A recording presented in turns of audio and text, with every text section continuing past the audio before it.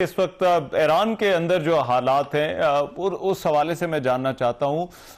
ईरानी हुकूमत का दावा है कि हालात अब उनके कंट्रोल में आ रहे हैं, ये जो मुजाहरे हैं ये थम गए हैं।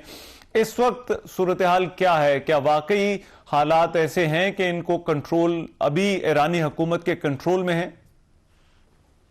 बिस्मिल्लाहिर्रहमानिर्रहीम। बहुत शुक्रिया मुझे इस प्रोग्राम में बात करने के लिए। देखिए, सबसे पहले मैं आपकी बात जो सुन रहा था तबसरे, ट्रम्प साहब ने जो एहतजाज की कॉल दी और कहा कि आप सड़कों पर रहें, उसके बाद मंडे 2 बजे के बाद कोई मुजाहरा, कोई फसाद, इस तरह की कोई वाक़या ईरान में पेश ही नहीं आया। और मैं आपको ये इत्मीनान से कह सकता हूँ इस शहर में रहते हुए कि मंडे से लेके आज तक न कोई मुजाहरे हुए ईरान के अंदर, न कोई फसाद फैली जा रही है, कुछ भी नहीं, बिल्कुल खामोशी है। और बिल्कुल ऐसा लग रहा है जैसे इस शहर में कुछ हुआ ही नहीं था। तो ये सबसे पहले आप ये नोट करें, ईरान के जो अभी के हालात है वो ये है। दूसरी जो बात है वो याद रखें, ट्रम्प साहब ट्वीट करके ईरानियों को ये बताने की कोशिश कर रहे थे कि आप सड़कों पर रहें, मैं मदद लेके आ रहा हूँ। लेकिन जब ईरानी अवाम सड़कों पे है ही नहीं, तो फिर क्या करेंगे? किसको मदद करने के लिए आ रहे हैं ट्रम्प साहब? मेरा ख्याल है अगर ट्रम्प साहब जो कि 2 ट्वीट कर चुके हैं और इनको अब वापसी का रास्ता भी शायद बहुत मिल ही नहीं रहा है, अगर ये करते भी है तो बहुत ही महदूद ऑप्शंस उनके पास बाकी है। जो इन्होंने जून 2025 में किया था वो दोबारा दोहराने की कोशिश कर सकते हैं। इसके अलावा कोई और ऑप्शन नहीं है इनके पास। और ये ऑप्शन अगर इस्तेमाल करते भी है तो ये याद रखे, बुनियादी तब्दीली ईरान के अंदर आ ही नहीं सकती, क्योंकि इन्होंने ये तो ट्राई कर चुके हैं। एक रात के अंदर जून 2025 में इन्होंने 7 हाईएस्ट कमांडिंग ऑफिसर्स को असैसिनेट किया था। IRGC के ऊपर इन्होंने बम्बार्डमेंट की थी, B5 और B52 के स्टेट ऑफ द आर्ट तैयारे लेके इनकी जो एटमी तनसीबात है उसके ऊपर भी हमला कर चुके थे। लेकिन उसके बाद क्या बुनियादी तब्दीली आई ईरान के अंदर? ईरानी अवाम तो मुत्तहिद होकर अमेरिका के साथ और इसराइल के साथ लड़ पड़े। अभी यही सूरत हाल है। लेकिन आप साथ में ईरान के ऑप्शंस को भी देख लें। ईरान ने बहुत क्लियरली इनकी जो नेशनल सिक्योरिटी काउंसिल इन्होंने अनाउंस किया है, न सिर्फ हम अपना दिफा करेंगे हमले की सूरत में, बल्कि अगर हमें यकीन हो जाए कि हमारे पर हमला हो रहा है तो हम प्रीएम्प्टिव स्ट्राइक भी करते हैं। कहाँ पे करते हैं? सबसे पहले अपने बैलिस्टिक मिसाइल्स का रुख इसराइल की तरफ करके इसराइल को हिट करते हैं, क्योंकि ये सारा जो मामला है ईरान समझता है कि ये मुसाद के एजेंट्स कर रहे हैं। उसके बाद जितने भी अमेरिका के इंटरेस्ट है रीजन के अंदर, जितने भी बेसिस, इवन अगर हमसाया ममालिक किसी अमेरिकन फौजी डिवीजन को अपने बेस दे चुके हैं तो उनके ऊपर भी अटैक करेंगे। और ये बहुत क्लियरली इन्होंने कहा है।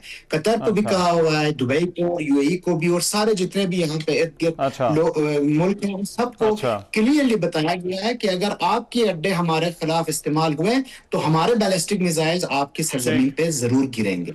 इसलिए ऑप्शंस को अगर आप देख लें, ईरानियों के पास अपने खत्ते में होने के नाते ऑप्शन ज्यादा है और मुअस्सिर भी है।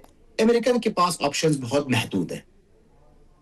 अच्छा, लेकिन हुसैन बाकी साहब, इसमें आज अमेरिकी सदर ने दावा किया कि ये जो मामला है, अभी फांसियों का सिलसिला वहां पर जो है वो रुक गया है। और उन्होंने जो गुफ्तगू की उसमें उन्होंने कहा कि बहुत से लोगों को फांसियां होनी थी लेकिन फिर वो फांसियां नहीं हुई, हम अभी सूरत हाल को जो है वो देख रहे हैं। उसके जवाब में जो है वो ईरान की तरफ से जो है वो कहा गया है कि कोई ऐसा मंसूबा जो है वो नहीं था।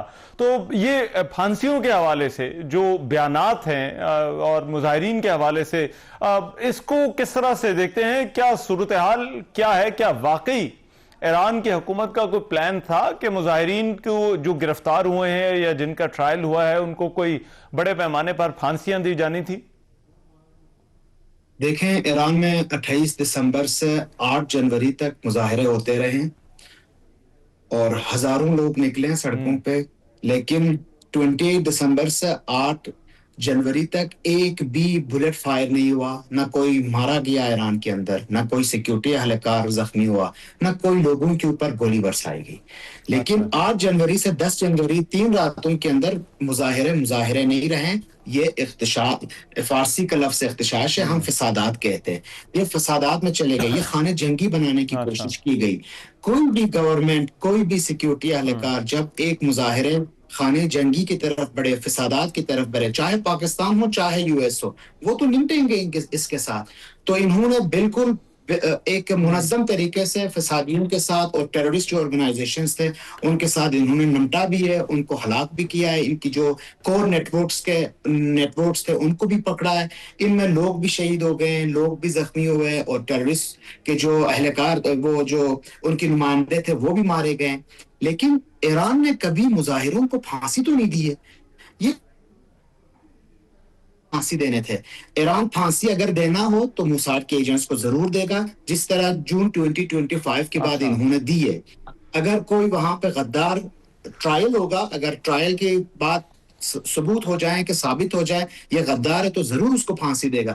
تو ٹرمپ صاحب یہ جو کہہ رہے ہیں یہ تو کل پرسوں والی بات ہے، ابھی تو ٹرائل ہی شروع نہیں ہوا. ابھی جنہوں کو پکڑا ہوا ہے ان کو پہلے ٹرائل ہوگی، 1-2 مہینہ اس کے اوپر ٹائم لگے گا، پھر پھانسی دیں گے. اب اگر پھانسی نہیں دے رہے، مجھے لگتا ہے کہ ٹرمپ صاحب ٹویٹ کے تھرو کوشش یہ کر رہے ہیں. جیسے ٹرمپ صاحب رضا پہلوی کو کہہ رہے تھے ہم آپ کے ساتھ ہیں، آج وہ کہہ رہے تھے میں تو ان کے ساتھ ملنا ہی نہیں چاہ رہا تھا، کوئی پلان ہی نہیں تھا. دوبارہ وہ کہتے ہیں وہ ہینڈسم ضرور نہیں ہے. یہ ٹرمپ کی بدلتی جو ٹویٹس ہے ہمیں، ویسے میں نے ایرانی حکام سے آج بات بھی کی ٹیلی فون پہ، تو وہ کہہ رہے ہیں ضرور ٹرمپ صاحب اپنے ٹویٹ بدلتے رہیں گے، لیکن جون 2025 کے بعد ہم بہت ہوشیاری سے کام لیں گے، اور ٹرمپ صاحب کی یہ ٹویٹس کے ضد میں ہم نہیں آئیں گے.